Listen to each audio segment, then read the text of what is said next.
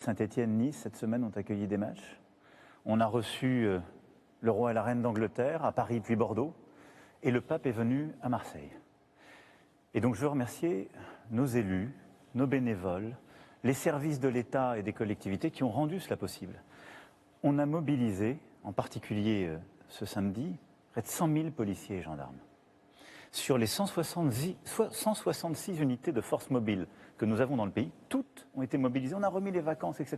Donc tout ça arrive parce qu'il y a aussi une capacité à accueillir, à assurer la sécurité, à être exemplaire dans l'accueil.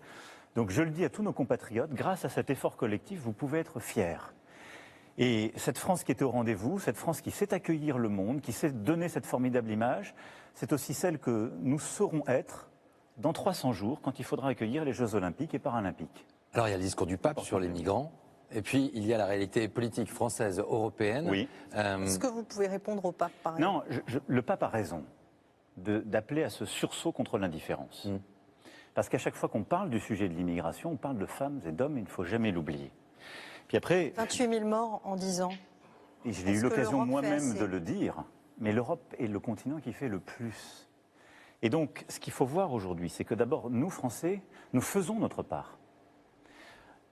Il y a en moyenne environ 100 000 demandeurs d'asile chaque année dans notre pays. On accueille de plus en plus d'enfants, nos départements le savent, et l'État est à leur soutien et continuera de l'être, je veux ici leur dire. Nous investissons, et on l'a augmenté très fortement ces dernières années, 2 milliards d'euros par an sur ce qu'on appelle l'hébergement d'urgence, ce qui permet de loger les sans-abri de notre pays. Mais pour près de 60%, ce sont des femmes et des hommes qui attendent un titre ou sont en situation irrégulière que nous logeons. Donc la France fait sa part. Mais il faut ce message d'universalisme. Moi, je ne suis pas indifférent et nous devons être humains, accueillir en particulier ceux qui fuient des conflits. Mais on doit aussi être rigoureux parce qu'on a un modèle social qui est généreux.